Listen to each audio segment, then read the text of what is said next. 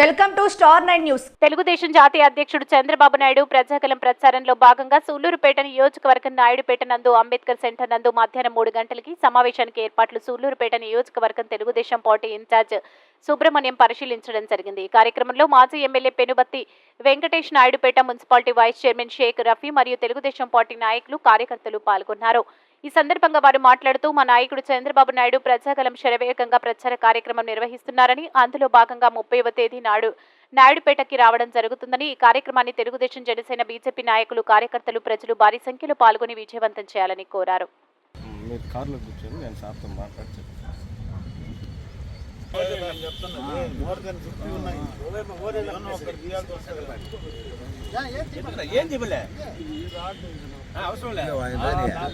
అందరికీ నమస్కారం.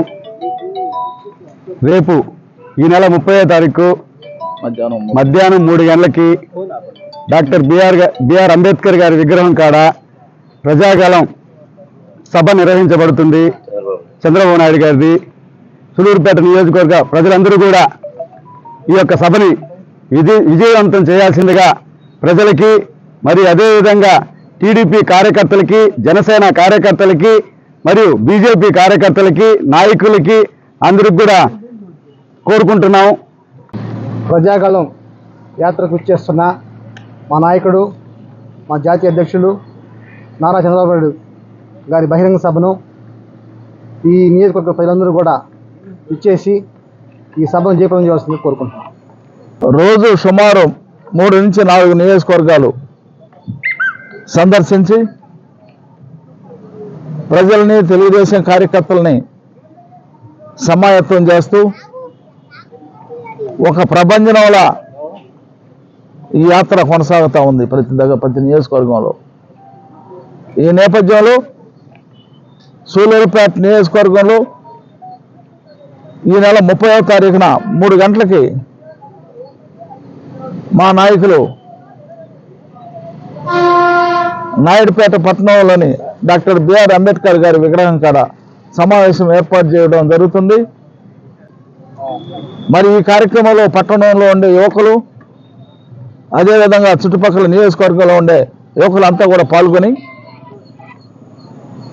భవిష్యత్తులో చంద్రబాబు నాయుడు గారు అయితేనే, ఈ రాష్ట్రానికి ముఖ్యమంత్రి అయితేనే యువతకు కానీ, బడుగు బలహీన వర్గాల వారికి కానీ,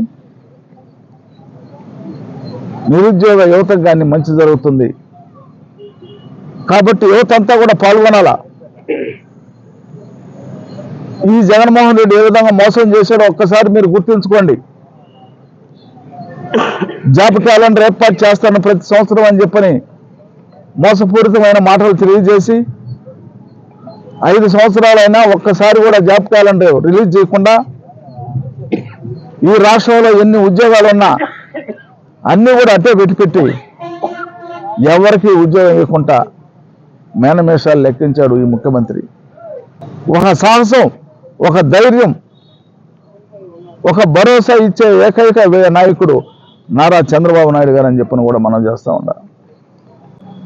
మరి ఈ సభని తెలుగుదేశం కార్యకర్తలు, ప్రజలు, నాయకులు అంతా కూడా దిగ్విజయం చేయాలని చెప్పని సందర్భంగా ప్రెస్ వారి ద్వారా